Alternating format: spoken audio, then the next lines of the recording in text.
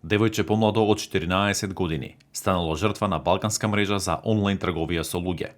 Во рацете на предаторите паднало преку социјалните мрежи. Како што ни објаснија од единицата при МВР за борба против трговијата со луѓе, тоа е прв таков случај кај нас. Начината комуникација се сведе преку интернет, социјалните мрежи. Најранливи се, разбира се, децата кои се и најчесто на интернет. Така да оваа година имавме прв пат и идентификувано жртва дете.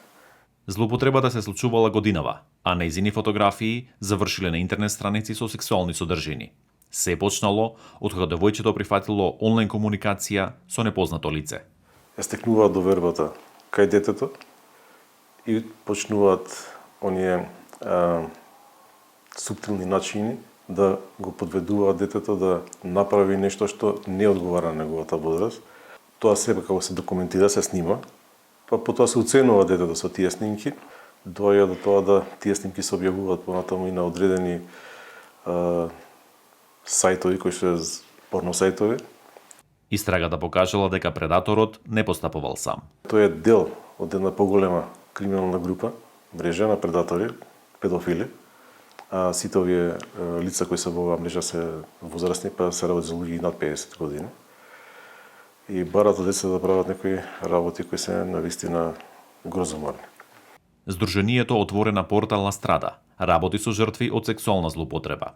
Според нивните сознанија, трговијата со луѓе почнала засилено да се префрла во онлайн просторот. Почнуваат да го намамуваат со сладки зборови, со внимание и така натаму, за по чекор, нели, да станува тоа се по вулгарно, каде што нели ќе побараат сликичка, малку да се дзирка нешто, па потоа погола слика и погола, и тие ги складираат и со истите тие фотографии кои што ќе ги направат, нели скриншотови, го оценуваат детето дека ќе ги споделат со родителите, со неговите врсници. Искуствата покажале дека заканите што почнуваат онлайн постепено преминуваат и во физичка злоупотреба. Трговците со луѓе немаат граници. Нема да застане со следното видео, нема да застане со следната фотографија. Познавачите укажуваат дека најчести симптоми за препознавање на овие случаи е повлеченост кај децата, промени во однесувањето, слаб успех на училиште. Советот до родителите е отворено да се разговара со децата и доколку имаат сознанија за таков случај, да пријават во полиција.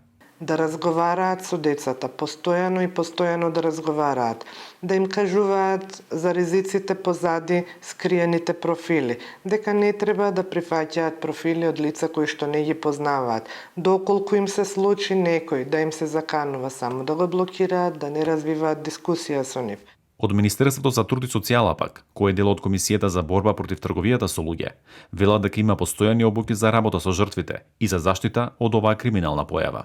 Според полициските статистики, до сега годинава се откриени 7 случаи на трговија со луѓе. 6 од нив се деца. Уште 8 други малолетни лица пак се водат како потенцијални жртви. За Гласот на Америка, Тоше Огњанов.